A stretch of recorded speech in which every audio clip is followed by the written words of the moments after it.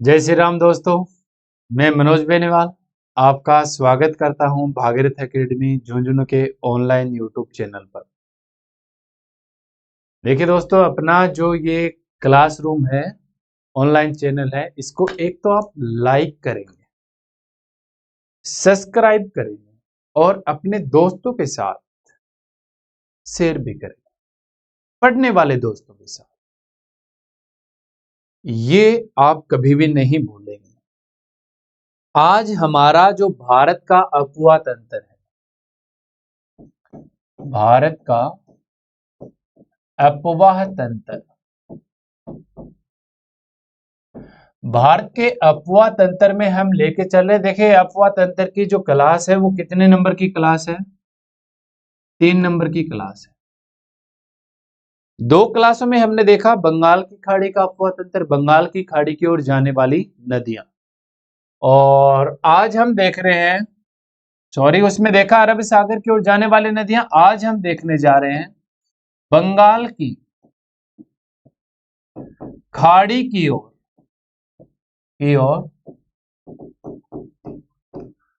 जाने वाली नदियां।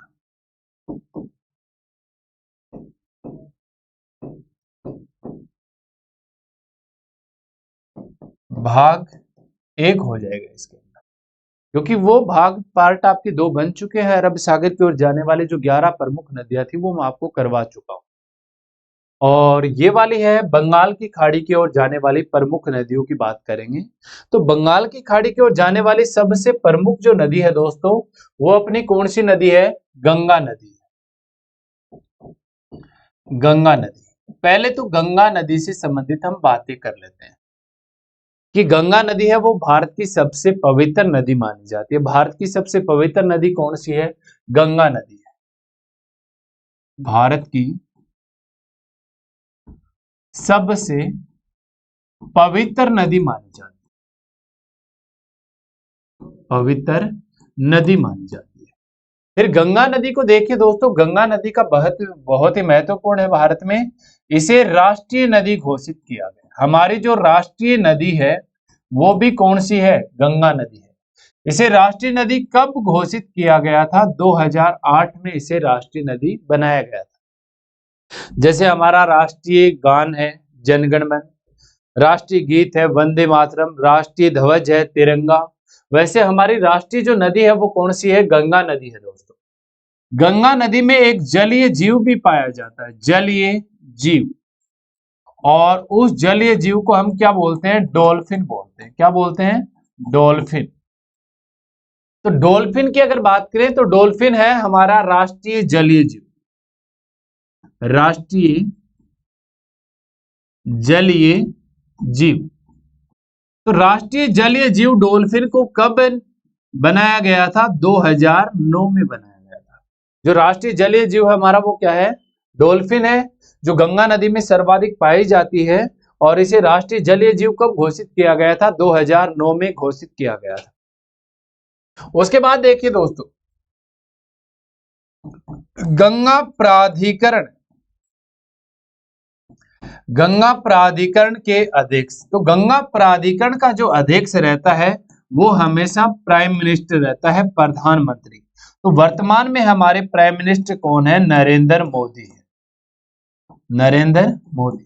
याद रखेंगे, गंगा प्राधिकरण का अध्यक्ष हमेशा कौन रहेगा? प्रधानमंत्री रहेगा। गंगा नदी में सफाई के लिए एक योजना भी चलाई गई थी जिसका नाम था गंगा कलीन मिशन योजना। गंगा कलीन मिशन योजना। तो गंगा कलीन मिशन योजना की अगर बात करें तो गंगा कलीन मिशन योजना का संबंध क्या था? तो इसका उद्देश्य था सफाई करना। गंगा नदी में जो कचरा है उसको साफ करने के लिए जो योजना चलाई गई थी उसका नाम क्या था? गंगा कलीन मिशन योजना। उसके बाद देखिए दोस्तों, गंगा नदी की ये विशेषताएं हमने देख ली कि भारत की सबसे पवित्र नदी है। इसे राष्ट्रीय नदी कब घोषित किया गया था? 2008 में घोषित किया गया था। गंगा नदी में एक जलीय जीव पाया जाता है, डॉल्फिन, जिसे हम राष्ट्रीय जलीय जीव मानते हैं अपना। और राष्ट्रीय जलीय जीव कब निर्धारित किया गया था? इसे 2009 में निर्धारित किया गया था। गंगा प्राधिकरण के जो अध्यक्ष हैं वो कौन है? प्रधानमंत्री नरेंद्र मोदी हैं। और गंगा नदी में सफाई के लिए एक योजना चलाई गई थी जिसका नाम क्या है? गंगा क्लीन मिशन योजना है। उसके बाद देखिए दोस्तों, गंगा नदी की अगली अगर विशेषता देखी जाए, गंगा नदी, गंगा नदी की अगली विशेषता क्या है दोस्तों? भारत में बहने वाली, भारत में बहने वाली सबसे लंबी नदी, बहने वाली सबसे लंबी नदी, सबसे लंबी नदी। तो भारत में बहने वाली, मे का मतलब देखिए दोस्तों, एक तो होता मे से, में से, भारत में से बहने वाली सबसे लंबी नदी। भारत में से का मतलब क्या? उद्गम उस नदी का भारत के बाहर से होता है, भारत के बाहर से प्रवेश किया, वापस बाहर चली गई, वो तो कौन सी होती है? में से बहने वाली।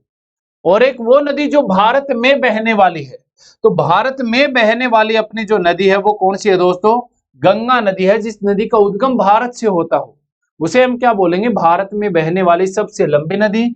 और गंगा नदी की दोस्तों जो लंबाई है, इस नदी की लंबाई देखिए बड़ी आसान है, 25 किलोमीटर, 2525 किलोमीटर इस नदी की लंबाई निर्धारित की गई है। उसके बाद देखिए दोस्तों, अगली अगर विशेषता देखी जाए तो गंगा नदी का जो उद्गम होता है, उद्गम स्थल पर, उद्गम स्थल पर इसे किस नाम से जाना जाता है? भागीरथी नदी के नाम से जाना जाता है, भागीरथी नदी के नाम से जाना जाता है। तो उद्गम स्थल पर इसे क्या कहा जाता है? भागीरथी नदी के नाम से जाना जाता है। पौराणिक मान्यताओं के अनुसार बताया जाता है कि भगवान पुरुषोत्तम श्री रामचंद्र के वंशज भागीरथ के द्वारा गंगा नदी को पृथ्वी पर उतारा गया था, इसलिए इस नदी को उद्गम स्थल पर किस नाम से जाना जाता है? भागीरथी नदी के नाम से जाना जाता है। उसके बाद देखिए दोस्तों, हम बात करते हैं कि गंगा नदी का प्रवाह क्षेत्र किस प्रकार से है। तो गंगा नदी के प्रवाह क्षेत्र की अगर दोस्तों बात की जाए,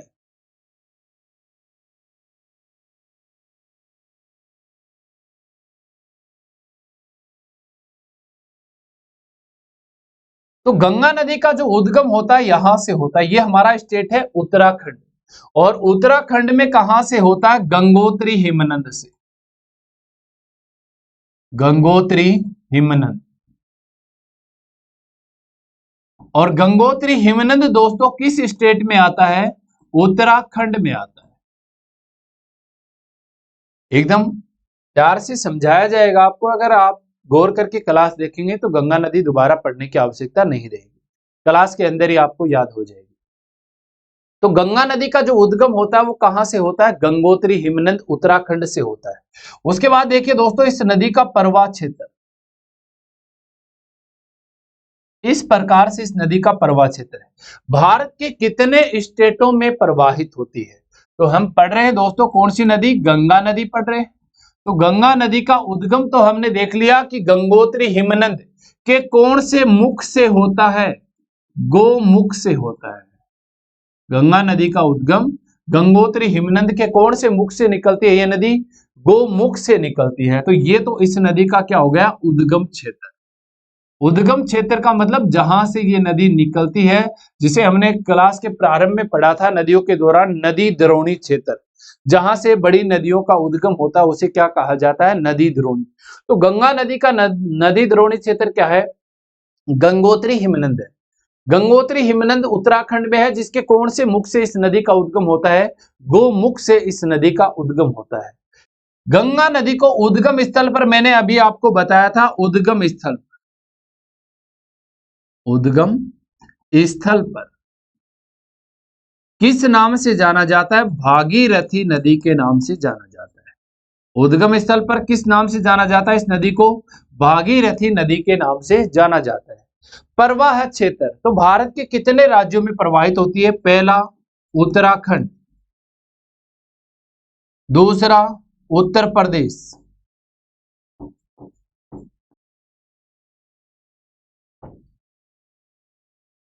तीसरा बिहार, चौथा झारखंड, और पांचवा वेस्ट बंगाल यानी पश्चिम बंगाल। तो गंगा नदी का प्रवाह क्षेत्र भारत के कितने राज्यों में है? 5 राज्यों में। उत्तराखंड, उत्तर प्रदेश, बिहार, झारखंड और पश्चिम बंगाल। सर्वाधिक जो प्रवाह क्षेत्र आता है दोस्तों, सर्वाधिक प्रवाह क्षेत्र, तो सर्वाधिक प्रवाह क्षेत्र इस नदी का है वो किस स्टेट में आता है? उत्तर प्रदेश में। और न्यूनतम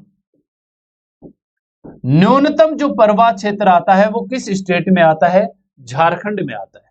मैंने बताया कि ये भारत में बहने वाली सबसे लंबी नदी है, जिस नदी की लंबाई कितनी है? 2525 किलोमीटर है, जिसे आप 25-25 किलोमीटर के नाम से भी याद रख सकते हैं। गंगा नदी का सर्वाधिक प्रवाह क्षेत्र है वो किस स्टेट में आता है? उत्तर प्रदेश में आता है। और गंगा नदी का सबसे कम जो प्रवाह क्षेत्र आता है वो कहां पे आता है? झारखंड स्टेट में आता है। उसके बाद देखिए दोस्तों, आगे चलते हैं कि गंगा नदी की विशेषताएं क्या क्या है।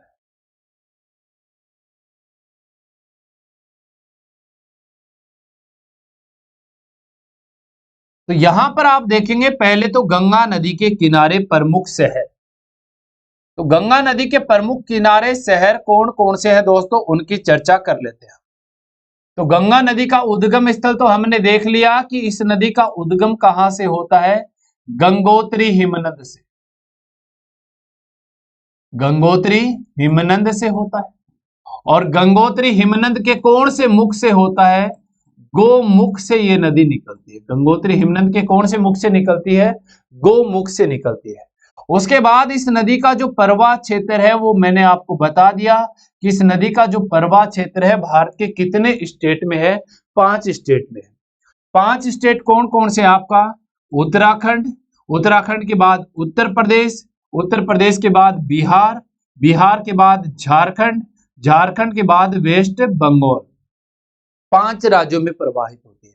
अब देखिए दोस्तों, इस नदी के किनारे जो प्रमुख शहर आते हैं उनकी चर्चा कर लेते हैं एक बार। तो इस नदी के किनारे देखिए दोस्तों, सबसे पहला जो शहर आता है, सबसे पहला शहर आता है यहां पर देवप्रयाग। देवप्रयाग। तो इस नदी के किनारे दोस्तों जो पहला शहर आता है वो कौन सा आता है? देवप्रयाग आता है। उसके बाद देखिए दोस्तों, दूसरा जो शहर आता है इस नदी के किनारे वो कौन सा आता है? ऋषिकेश आता है। ऋषिकेश। उसके बाद देखिए दोस्तों, तीसरा जो इस नदी के किनारे शहर आता है वो आपका आता है हरिद्वार। हरिद्वार, हरिद्वार भी कौन सी नदी के किनारे दोस्तों? गंगा नदी के किनारे। फिर देखिए दोस्तों, उत्तर प्रदेश के प्रमुख शहरों की अगर बात करें तो कानपुर, बिजनौर, बिजनौर के बाद वाराणसी, वाराणसी के बाद प्रयागराज। ये उत्तर प्रदेश के प्रमुख शहर है दोस्तों। फिर बिहार के देखिए दोस्तों, 2 प्रमुख शहर, एक तो स्वयं पटना, और पटना के बाद दूसरा शहर है यहां पर भागलपुर। ये इस नदी के किनारे प्रमुख शहर है दोस्तों। कौन कौन से? देवप्रयाग, ऋषिकेश, हरिद्वार। ये तो कहां पे हैं? आपके उत्तराखंड के अंदर। कानपुर, बिजनौर, वाराणसी, प्रयागराज, ये सभी शहर, प्रमुख शहर किस स्टेट के अंदर आते हैं? उत्तर प्रदेश के अंदर। बिहार के 2 प्रमुख शहर है पटना और भागलपुर आते हैं। उसके बाद देखिए दोस्तों, अगला जो पार्ट देख रहे हैं इसी नदी का हम देखिए दोस्तों, अब मैं आसानी से इस प्रकार से इस नदी को बना रहा हूं ताकि सारी बातें मैं आपको एक साथ समझा सकूं। अब ये गंगा नदी है हमारी, तो गंगा नदी का उद्गम मैंने आपको बताया कि कहां से होता है?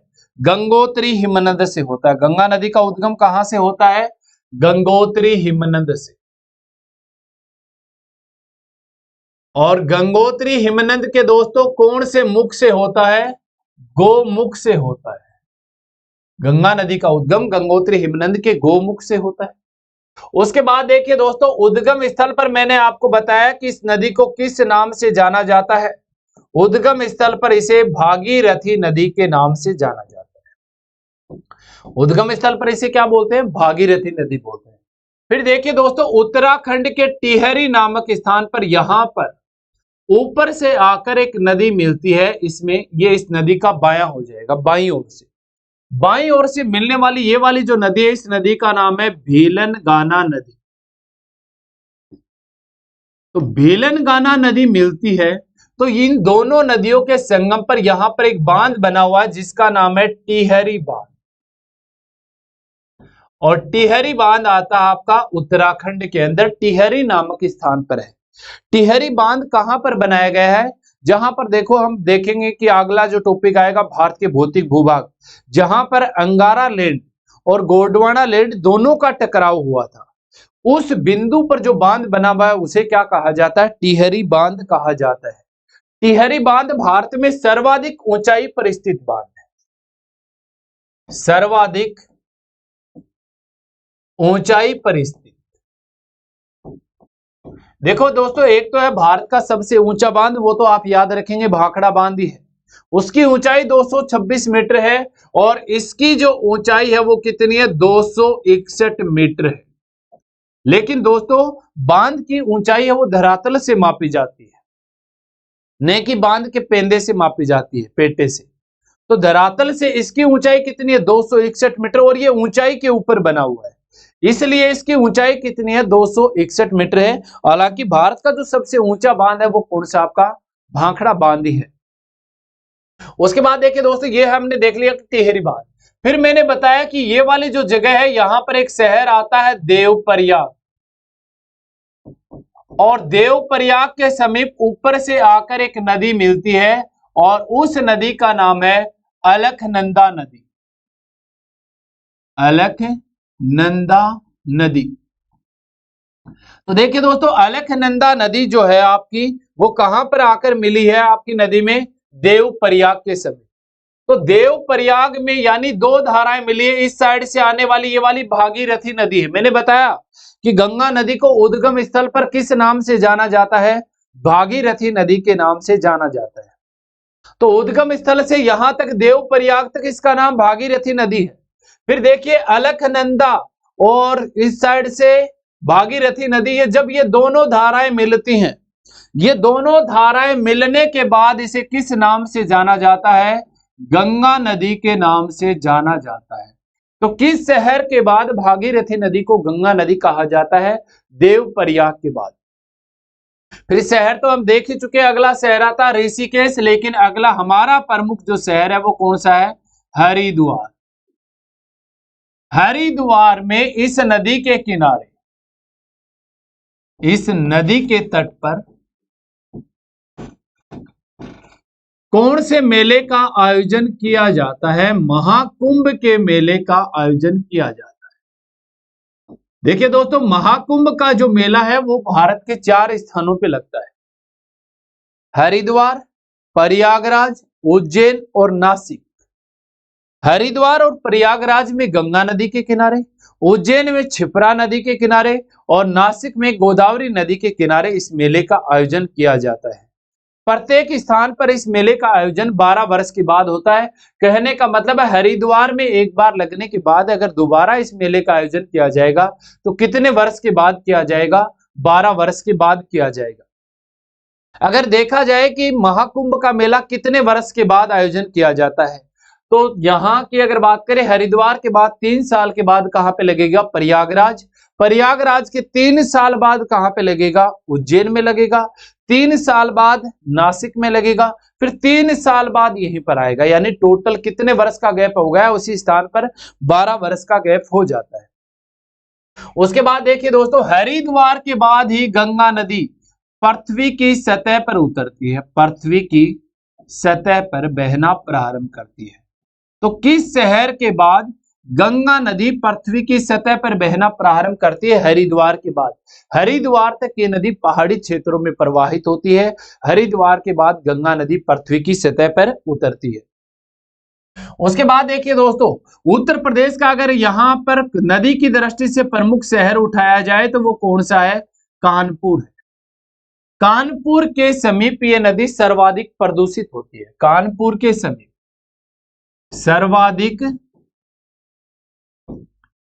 प्रदूषित होती है दोस्तों।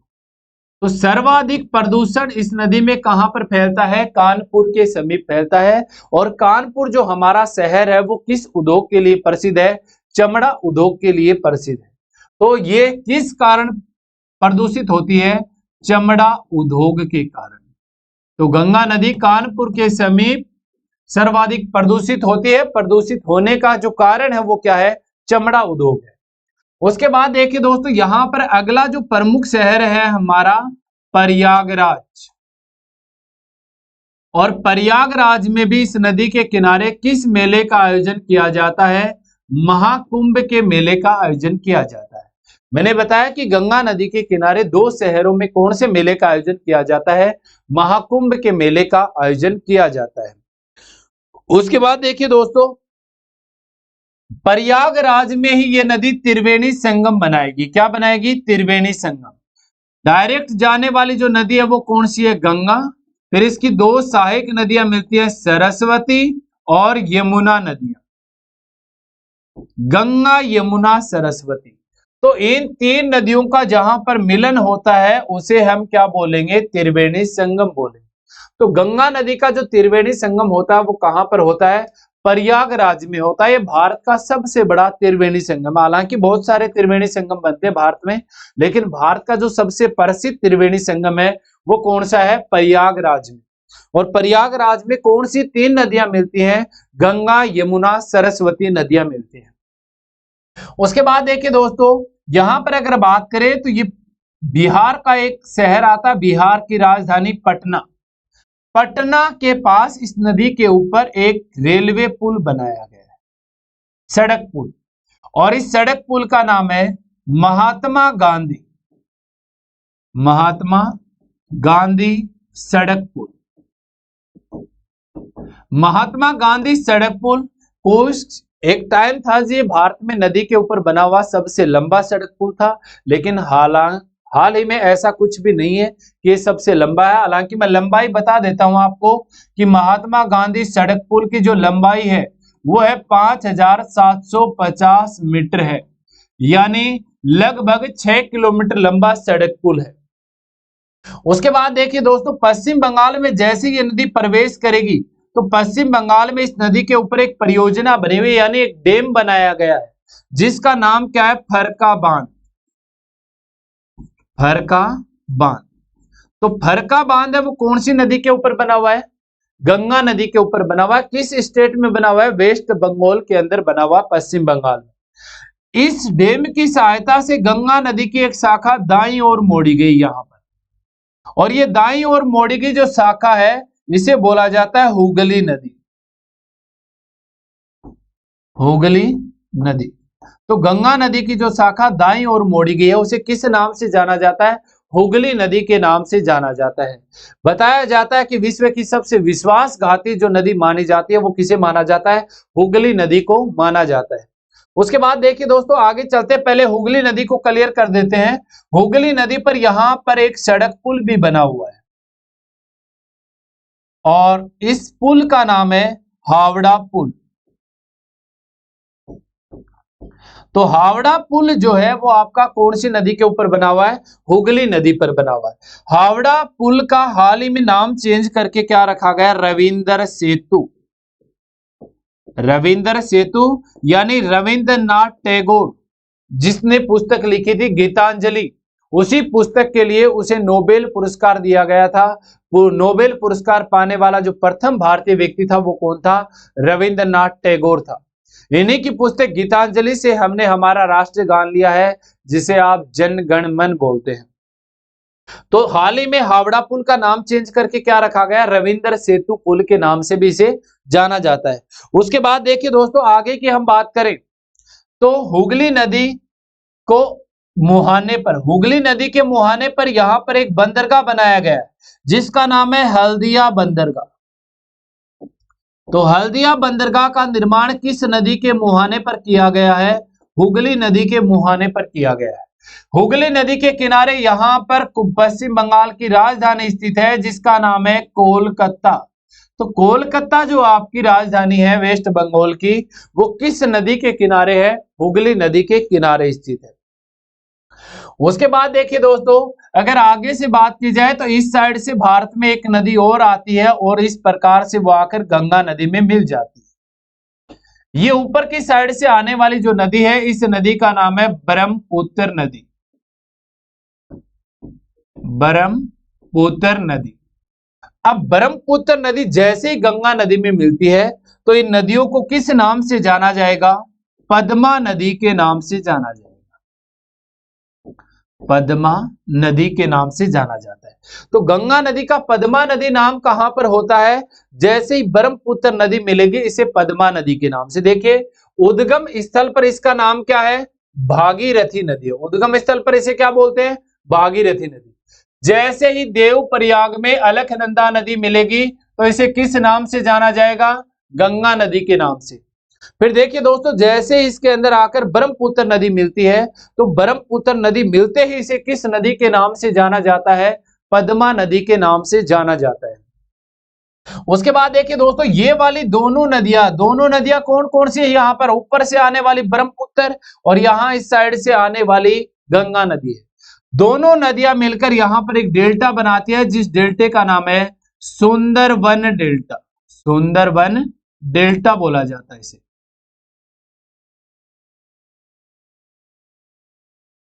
तो सुंदरवन डेल्टा है, इसका निर्माण किन दो नदियों के द्वारा किया गया है? गंगा और ब्रह्मपुत्र नदियों के द्वारा किया गया है। देखिए दोस्तों, इस डेल्टा की विशेषता क्या? नदी निर्मित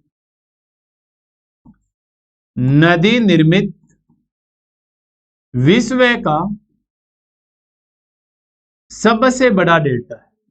नदी निर्मित विश्व का सबसे बड़ा जो डेल्टा है वो कौन सा है दोस्तों? आपका सुंदरवन डेल्टा है। सुंदरवन डेल्टे का 1/3 भाग भारत में है और शेष 2/3 जो क्षेत्र है वो बांग्लादेश में आता है।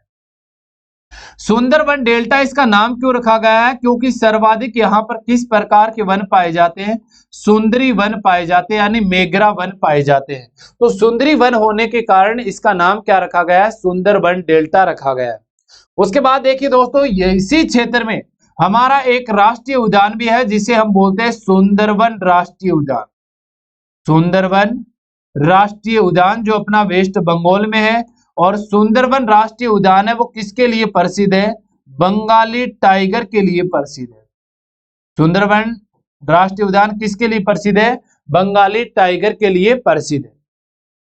उसके बाद देखिए दोस्तों, ये दोनों नदियां मिलकर कहां पर जा रही हैं? बांग्लादेश में जा रही है। और बांग्लादेश में इस साइड से बाईं ओर से आकर एक धारा और मिलती है। यहां पर इस नदी को किस नाम से जाना जाता है? मेघना नदी के नाम से जाना जाता है। तो बांग्लादेश में इसे किस नदी के नाम से जाना जाता है? मेघना नदी के नाम से जाना जाता है। तो ये थी दोस्तों हमारी गंगा नदी, अंततः समाप्त हो जाती है बंगाल की खाड़ी में जाकर। तो गंगा नदी के बारे में हमने क्या देखा कि गंगा नदी भारत की सबसे पवित्र नदी है। इसे 2008 में राष्ट्रीय नदी घोषित किया गया था। गंगा नदी में जो जलीय जीव पाया जाता है उसे हम डॉल्फिन बोलते हैं और डॉल्फिन हमारा राष्ट्रीय जलीय जीव है, जिसे कब घोषित किया गया था? 2009 में। गंगा प्राधिकरण का जो अध्यक्ष होता है वो हमेशा दोस्तों याद रखेंगे प्रधानमंत्री रहेगा। उसके बाद गंगा कलिन मिशन योजना का संबंध किससे है? तो गंगा नदी में सफाई के उद्देश्य से जो परियोजना चलाई गई थी उस योजना का नाम क्या था? गंगा कलिन मिशन योजना था। उसके बाद देखिए दोस्तों, आगे हमने देखा कि गंगा नदी भारत में बहने वाली सबसे लंबी नदी है, जिसकी लंबाई कितनी है? 25 किलोमीटर है। उसके बाद गंगा नदी को उद्गम स्थल पर किस नाम से जाना जाता है? भागीरथी नदी के नाम से जाना जाता है।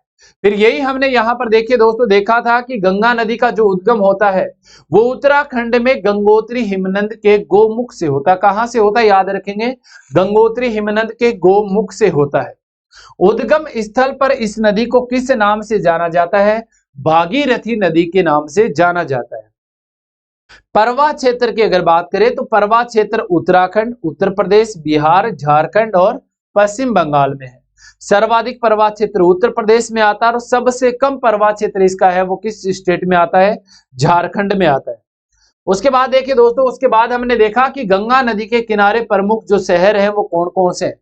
गंगा नदी के किनारे जो प्रमुख शहरों की अगर बात करें, देवप्रयाग, ऋषिकेश, ये तीनों शहर तो किस स्टेट के हैं? उत्तराखंड के। उसके बाद देखिए दोस्तों, कानपुर, बिजनौर, वाराणसी, प्रयागराज, ये वाले जो शहर आते हैं ये किस स्टेट के अंतर्गत आते हैं? उत्तर प्रदेश में आते हैं। उसके बाद देखिए दोस्तों, हमने देखा पटना व भागलपुर ये दोनों बिहार के प्रमुख शहर हैं। उसके बाद देखिए दोस्तों, लास्ट में हमने क्या देखा है कि गंगा नदी का उद्गम गंगोत्री हिमनद से होता है। उद्गम स्थल पर इसे क्या बोलते हैं? भागीरथी नदी। टिहरी नामक स्थान पर ऊपर से आकर कौन सी नदी मिल रही है? भेलनगाना नदी। भेलनगाना नदी जैसे मिलती है वहां पर टिहरी बांध बना दिया, जहां पर दोनों प्लेटों का टकराव हुआ था, यूरेशियन प्लेटें और इंडो प्लेटों का टकराव हुआ था, वहां पर बना हुआ है। सर्वाधिक ऊंचाई पर बना हुआ बांध है भारत का, जिसकी ऊंचाई है 261 मीटर। देवप्रयाग के समीप अलकनंदा नदी आकर मिलती है और अलकनंदा नदी के किनारे यहां पर अपना एक स्थान है बद्रीनाथ। तो बद्रीनाथ जो है वो कौन सी नदी के किनारे है? अलकनंदा नदी के किनारे है। हरिद्वार के बाद ये नदी पृथ्वी की सतह पर बहना प्रारंभ करती है, यानी यहां तक ये नदी है वो पहाड़ी क्षेत्र में प्रवाहित होती है। फिर देखिए दोस्तों, हरिद्वार में इस नदी के तट पर कौन से मेले का आयोजन किया जाता है? महाकुंभ के मेले का आयोजन किया जाता है। कानपुर के समीप ये नदी सर्वाधिक प्रदूषित होती है और किस कारण प्रसिद्ध होती है? वो कारण भी आपको यहाँ पर बताया गया है, चमड़ा उद्योग के कारण प्रसिद्ध होती है। प्रयागराज उत्तर प्रदेश में त्रिवेणी संगम बनाती है। देखिए दोस्तों, ये है आपका त्रिवेणी संगम। तो त्रिवेणी संगम कहां पर बनता है? जो भारत का सबसे बड़ा त्रिवेणी संगम है, गंगा यमुना सरस्वती नदियां मिलती है। और इसी त्रिवेणी संगम पर कौन से मेले का आयोजन किया जाता है? महाकुंभ के मेले का आयोजन किया जाता है। बिहार की अगर बात करें तो बिहार में इस नदी पर महात्मा गांधी सड़क पुल बना हुआ है, जो अंग्रेजों के टाइम का सड़क पुल है और जिसकी लंबाई 5750 मीटर है। ये मोस्ट आता है। फिर देखिए दोस्तों, पश्चिम बंगाल में गंगा नदी पर एक डैम बनाया गया फरक्का बांध, और इसकी सहायता से इसकी एक शाखा दाईं ओर मोड़ी गई, जिसे हम क्या बोलते हैं? हुगली नदी बोलते हैं। हुगली नदी को विश्व की, मैंने बताया, सबसे विश्वासघाती नदी में माना जाता है। हुगली नदी के किनारे कोलकाता शहर स्थित है और इसी नदी पर हावड़ा पुल बनाया गया है, जिसे किस नाम से जाना जाता है? रविंद्र सेतु के नाम से जाना जाता है। हुगली नदी के मुहाने पर एक बंदरगाह बनाया गया है, जो कोलकाता बंदरगाह का सहायक बंदरगाह है, जिसका नाम है हल्दिया बंदरगाह। उसके बाद गंगा नदी जैसे ही आपकी ब्रह्मपुत्र नदी में मिलती है, इसका नाम क्या हो जाता है? पद्मा नदी हो जाता है। ये दोनों धाराएं मिलने के बाद इसे पद्मा नदी के नाम से जाना जाता है। और यही दोनों नदियां मिलकर किस डेल्टे का निर्माण करती है? सुंदरवन डेल्टे का निर्माण करती है, जो नदियों के द्वारा बनाया गया विश्व का सबसे बड़ा डेल्टा है, जिसका 1/3 भाग भारत में है और शेष 2/3 भाग बांग्लादेश में आता है। सुंदरी वन होने के कारण इसका नाम सुंदरवन डेल्टा रखा गया है। इसी क्षेत्र में सुंदरवन राष्ट्रीय उद्यान भी घोषित किया गया है, जो बंगाली टाइगर के लिए प्रसिद्ध है। फिर ये नदी जैसे बांग्लादेश में जाती है तो बांग्लादेश में इसे मेघना नदी के नाम से जाना जाता है। अंततः ये नदी बंगाल की खाड़ी में समाप्त होती है। तो ये थी दोस्तों हमारी गंगा नदी। कल हम पढ़ेंगे अगली क्लास में गंगा नदी की जो सहायक नदियां हैं उनकी चर्चा करेंगे। अच्छा, तो जय हिंद, जय भारत।